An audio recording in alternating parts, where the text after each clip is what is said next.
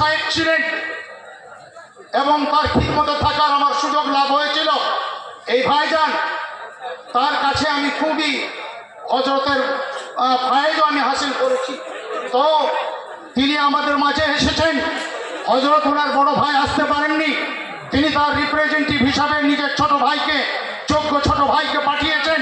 হযরত এই প্রতিষ্ঠানের প্রতিষ্ঠাতা, তিনি ইট পড়ে দিয়েছিলেন, সেইটাই আমি মসজিদে এখানে রেখেছি। हजरत बोलें अब मैं क्या सफर का लायक रह गया, मुझे अनीस एक ईट लाओ और ईट को अजी यमीन से कहो कि ईट ला करके दे। और हजरत पढ़ दिया और हम ईद के दिन उसको लेकर आया और इसी मस्जिद पर रखा था। तो आज हमारे बीच में हजरत मौलाना मौजूद मदनी साहब आए हैं।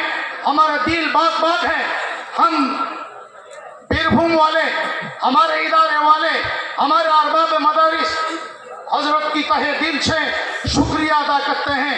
और इतनी तकलीफ, इतनी मुशक्क़त बर्दाश्त करके वो हमारे यहाँ तशरीफ़ लाए हैं। हमारे लिए ये बाइस सआदत है, बाइस फ़ख्र है।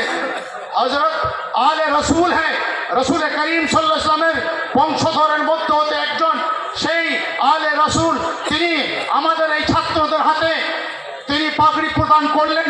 আল্লাহ তাআলা তার হায়াতকে দারাজ করুন। আল্লাহ তাআলা তার মাধ্যম দিয়ে এই প্রতিষ্ঠানকে দিনের দিন আরো শ্রীবৃদ্ধি করে তুলুন।